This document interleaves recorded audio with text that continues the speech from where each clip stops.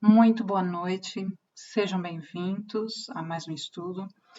Nosso objetivo aqui é o estudo e a divulgação da doutrina espírita e convido-vos a uma singela reflexão com base em alguns exemplos inspiradores e nas possibilidades de caminho para o desenvolvimento deste importante atributo que é a resiliência.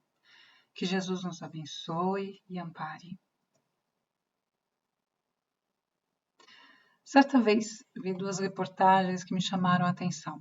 A primeira na revista Mente e Cérebro, numa das edições com o título Tempo a favor do seu cérebro. E ela dizia sobre a capacidade de superação na idade madura. Já na meia-idade, aprendemos um truque adaptativo, que desenvolvemos a capacidade de usar mais os dois hemisférios cerebrais, em vez de privilegiar um deles, o que favorece a visão ampla das situações, especialmente aqueles que recrutam a força do poderoso córtex cerebral frontal. Desenvolvem o que os cientistas chamam de reserva cognitiva, uma proteção contra os efeitos do envelhecimento. Essas descobertas mostram que, em vez de desistirem e ceder, pessoas mais maduras tendem a adaptar-se às novas situações. Uma nova série de estudos fascinantes sugere que talvez seja a própria natureza do envelhecimento do cérebro que nos dá uma perspectiva mais ampla do mundo, uma capacidade de discernir padrões, ligar os pontos e até sermos mais criativos. A segunda reportagem, no episódio do programa Sobreviventes do canal Odisseia, que em dado momento analisava a reação das vítimas de um naufrágio, de um acidente ferroviário e as pessoas que ficaram no oceano perdidas. Nesse dia, eles concluíram algo interessante, que manter a calma e o foco na superação ajudou para que fossem sobreviventes. Quando eles mantiveram foco, só uma coisa estava na mente: sobreviver, e assim as ideias fluíam nesse sentido. Não pensavam em outra coisa senão o agir rápido, com controle e focados. Pessoas em meio ao oceano perdidas e que as que sobreviveram eram as mais positivas e controladas. E nós? O que fazemos em tempos de adversidade? O que fazemos quando os problemas parecem nos perseguir? Somos do tipo que, diante de um contratempo, choramos, fugimos ou enfrentamos? Para então nós refletirmos mais sobre esse tema, dividir aqui nestas partes, na definição, tentarmos ver o conceito mesmo dessa palavra resiliência, alguns exemplos que sempre nos ajudam a consolidar e entender, e é com que mais aprendemos. E alguns caminhos para que possamos desenvolver esse importante atributo. Então, vamos começar aqui pela definição. E que vemos em alguns sites, coloquei aqui o que para mim achei mais assim, que resumia, né, que mais explicava. Primeiramente é que esse termo, como alguns podem saber, é um termo originário da física, né, que está, na verdade, relacionado com a propriedade que alguns corpos apresentam de retornar à forma original após terem sido submetidos a uma deformação elástica. Já nas ciências humanas, na psicologia, a resiliência é a capacidade do indivíduo lidar com problemas, adaptar-se a mudanças, superar obstáculos ou resistir à pressão de situações adversas, o choque, o estresse, algum tipo de evento traumático, entre outros. Isso não significa ser invulnerável, ou seja, passar pelo problema sem ser afetado, mas sim de ser capaz de encontrar respostas positivas para situações, mesmo com a existência da dor, da angústia e dos conflitos. Significa poder continuar a viver de forma participativa e produtiva e ser capaz de se reconstruir, de se comprometer com a vida, sem entregar os pontos. Ser capaz de levantar, sacudir a poeira e dar a volta por cima, como apregoa uma conhecida canção popular. A resiliência, então, não é um traço que uma pessoa tem ou não tem. Mais uma vez, reforçamos. Ela envolve comportamentos, pensamentos e ações que podem ser natos ou desenvolvidos, né? Então, não significa não ter dificuldades ou aflições. Na verdade, esses fatores são bastante comuns em pessoas que sofreram grandes adversidades ou traumas em suas vidas. De fato, o caminho para a resiliência provavelmente envolverá algum tipo considerável de sofrimento emocional, né? A forma como nós aprendemos, né? Com essa experiência. Indo para uns exemplos, o que eu trago aqui para mim como mais significativo é da área justamente dos esportes. É interessante que em muitos eventos que já participei profissionais, né, da área da tecnologia, é interessante que os organizadores, de forma a buscarem transmitirem motivação aos participantes do evento, eles iniciam seus eventos com o discurso de um esportista. E alguns que fui era o Fernando Santos, treinador da seleção portuguesa de futebol, o outro, João Garcia, o alpinista português, né, a dificuldade que ele teve, né, e a lesão que ele teve no corpo, né, por acidentes que ele teve no percurso, né, no alpinismo. Também Amir Klink, velejador brasileiro, como exemplo de planeamento, de organização, né, na viagem mesmo sozinho de barco.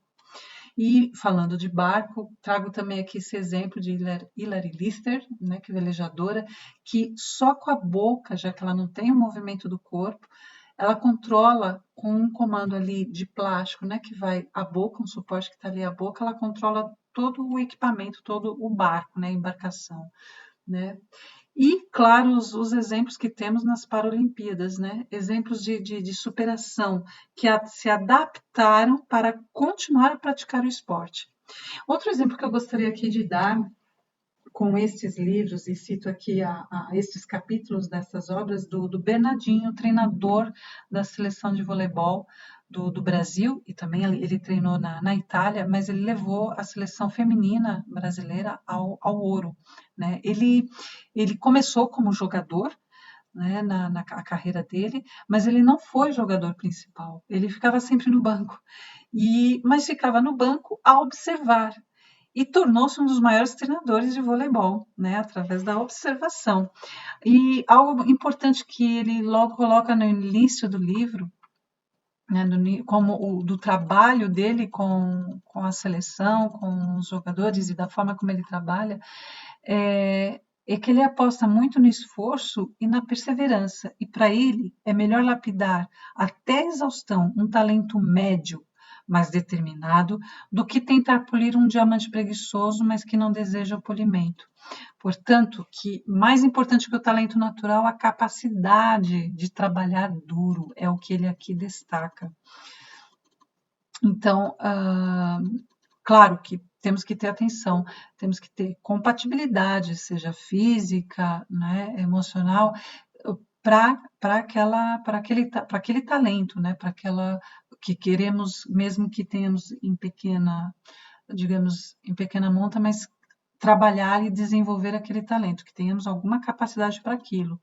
Agora, ele dava, né, então, como ele diz nessa frase, como ele diz também o exemplo de Thomas Edison, ou seja, mais uma vez reforçando, né, que podemos ter o talento, né, a genialidade, a inspiração de 1%, mas com esforço e dedicação, a transpiração é de 99%, né, portanto, é bom nós sabermos, né, que podemos desenvolver muita coisa. E ele dá outros exemplos, cito aqui alguns, por exemplo, de Jerry Rice, campeão do futebol americano, e que ele diz que a sua capacidade de receber as bolas veio de quando ele era pequeno, os irmãos lançavam os tijolos quando ele era pedreiro, né? E foi assim que ele criou essa habilidade de receber as bolas. Ayrton Senna, para combater a insegurança na pista molhada, sua irmã disse que ele treinava com o kart quando chovia. Foi uma capacidade, então, desenvolvida.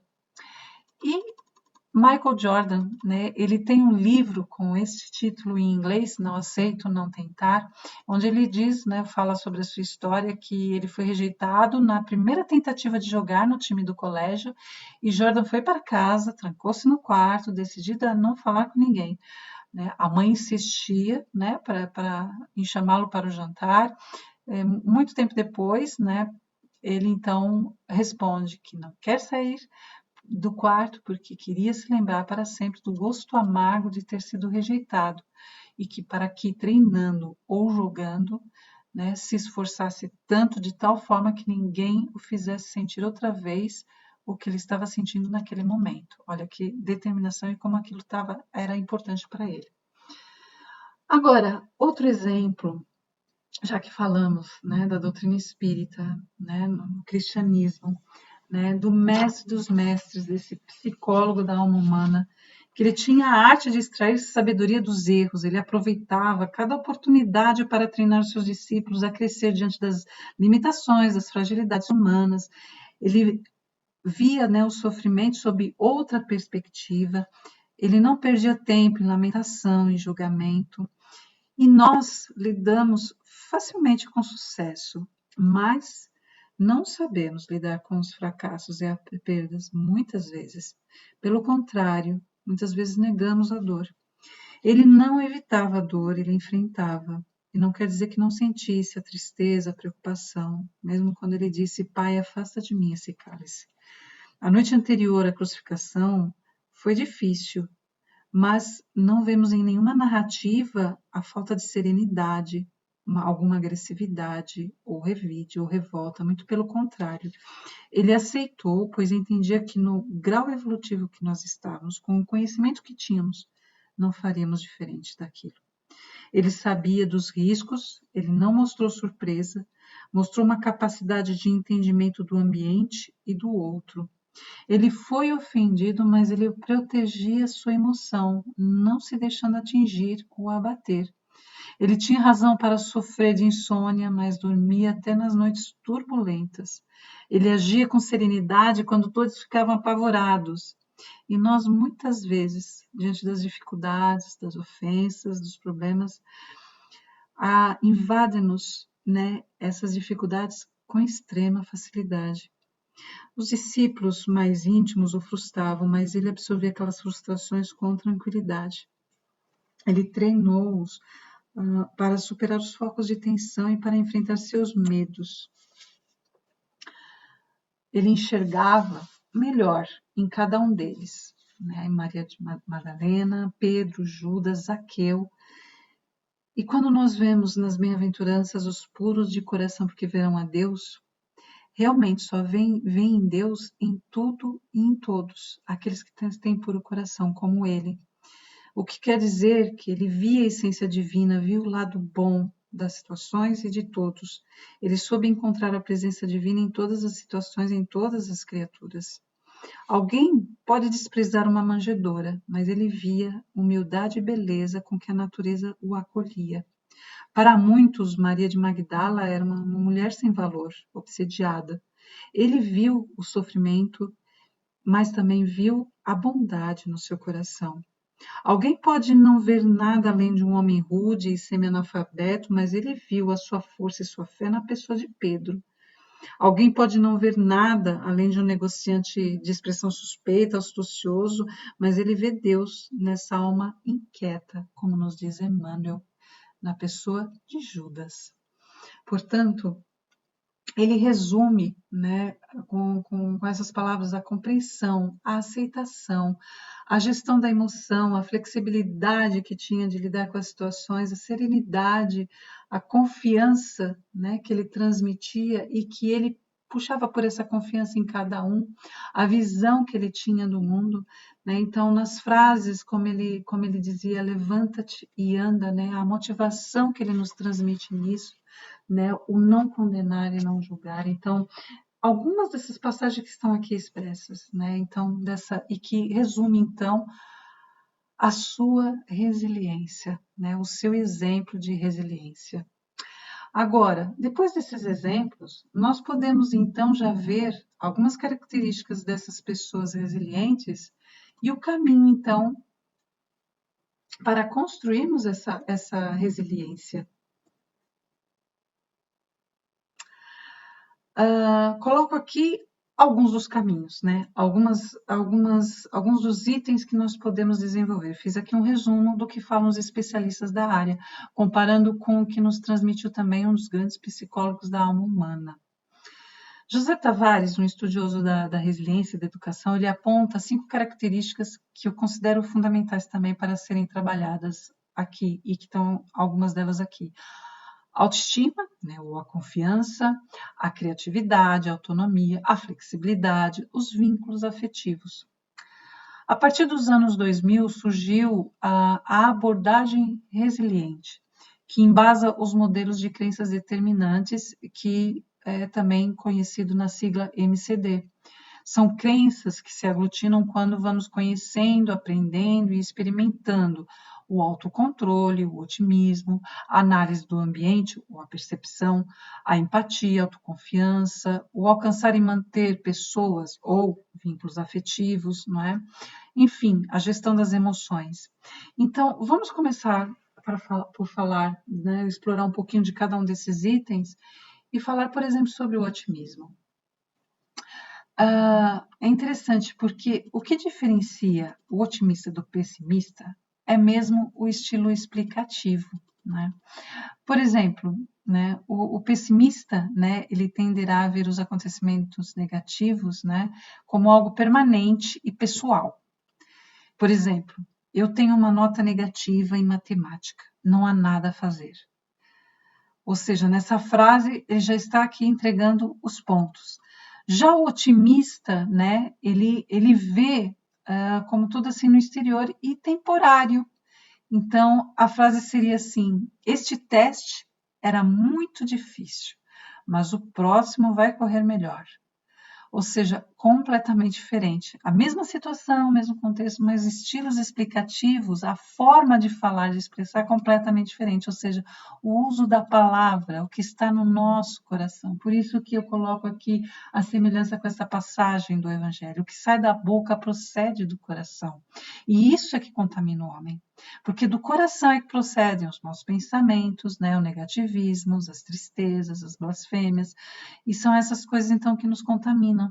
Tanto é que nós sabemos que é daí que também começam as doenças. Quando nós sintonizamos com a doença, quando nós aceitamos e criamos as doenças, né? Agora, outro item, a flexibilidade. Claro que para ser resiliente, a pessoa é realmente flexível, ou seja, ela se adapta às situações. Isso quer dizer que ela tem uma aceitação daquilo que está a acontecer, aceita a mudança como algo que faz parte da vida. Então, o primeiro sentimento é a aceitação, né? E que determinados objetivos podem até não ser mais atingidos como resultado de situações adversas que apareceram, mas aceitar as circunstâncias que não podem ser alteradas pode ajudar a se concentrar nas situações que podem ser trabalhadas, né? Então, ser flexível e perceber que a mudança realmente faz parte da vida, né? E que tudo pode ser breve, mas que a gente tenha certeza, né, do futuro. O bom humor, né, o sorriso, né, o como é importante e como também isso é uma característica das pessoas resilientes, né, manter o senso de humor mesmo diante de tempos difíceis. O riso alivia o estresse, ajuda a controlar as coisas, né? Exemplo, algo ou alguém que tenta nos afetar e nós fazemos o oposto, brincamos com a situação e faço isso e realmente dá certo. Né? Eu fico leve e acabo por deixar também o outro leve. Portanto, por isso que coloco aqui esta frase, essa passagem do Evangelho, porque a outra face, né, é a reação oposta à primeira reação, ou seja, rebater a adversidade com humor, com alegria, rebater a palavra da ira, né, uma palavra de ira com uma palavra branda e firme, mesmo porque, como diz o ditado, rir é o melhor remédio, não é? A percepção ou a visão do mundo. Também alguns cientistas denominam como análise do ambiente, ou seja, evitar enxergar crises ou dificuldades como problemas insuperáveis, né? Dr. Viktor Frankl é um psiquiatra austríaco sobrevivente do Holocausto e autor de livros como Em Busca de um Sentido.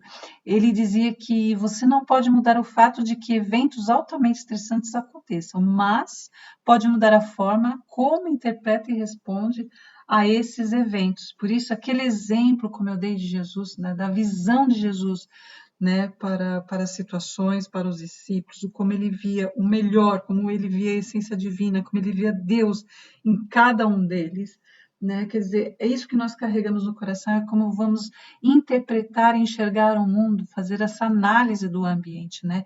Ver de uma forma otimista, né?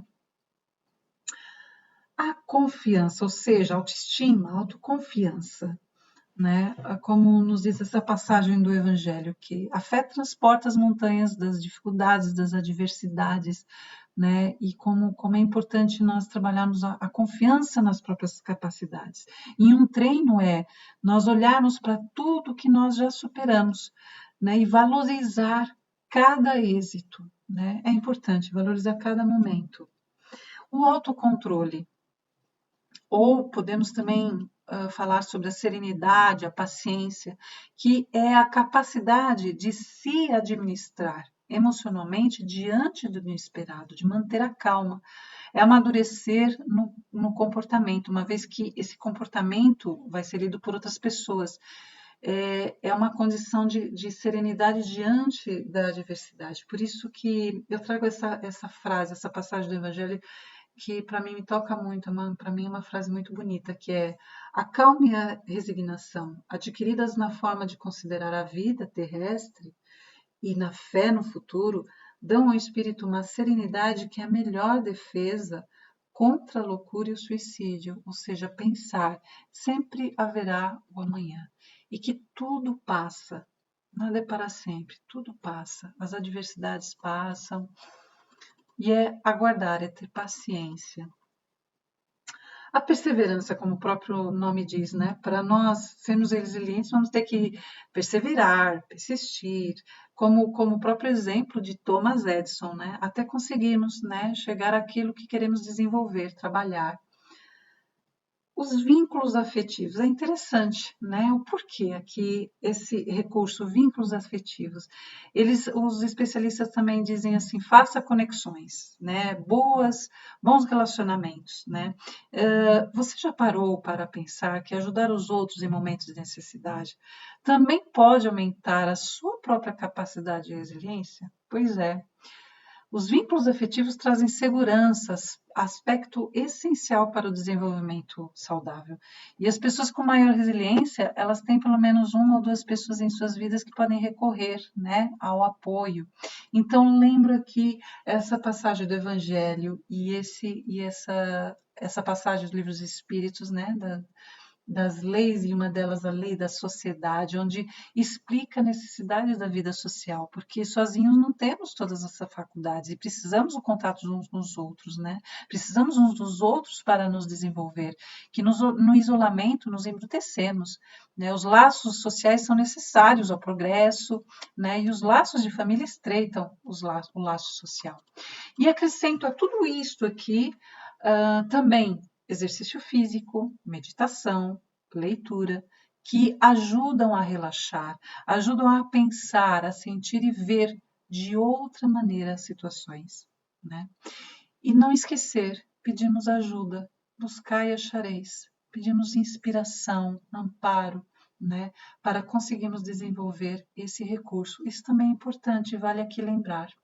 Portanto, após esse resumo, né, que para ajudar a sintetizar, eu gostaria de deixar agora aqui com vocês uma mensagem também resumida, né, pelo espírito de Hernance Dufour, do livro Para Sentir Deus, e que nos diz assim: é possível que hoje, por mais que tenhamos nos esforçado, não consigamos a solução para os problemas mais embaraçantes, que afadigados e ansiosos expomos-nos ao contágio do desânimo que insinua as propostas derrotistas da criatividade, no vicioso leito da confusão dos pensamentos. Mas a cada dia o seu mal. Recolhamo-nos ao descanso, em clima de oração, ampliando o sentimento de fé e entreguemos o corpo ao repouso noturno necessário. Façamos contato com Deus. Peçamos-lhe rumo e força. Amanhã, uma nova luz mental nos suprirá as dúvidas e os desafios.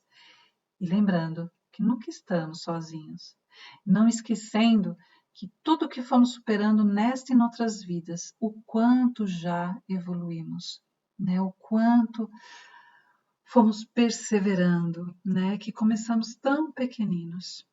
E assim é que vos deixo com esta singela meditação. Eu espero ter ajudado, ter acrescentado.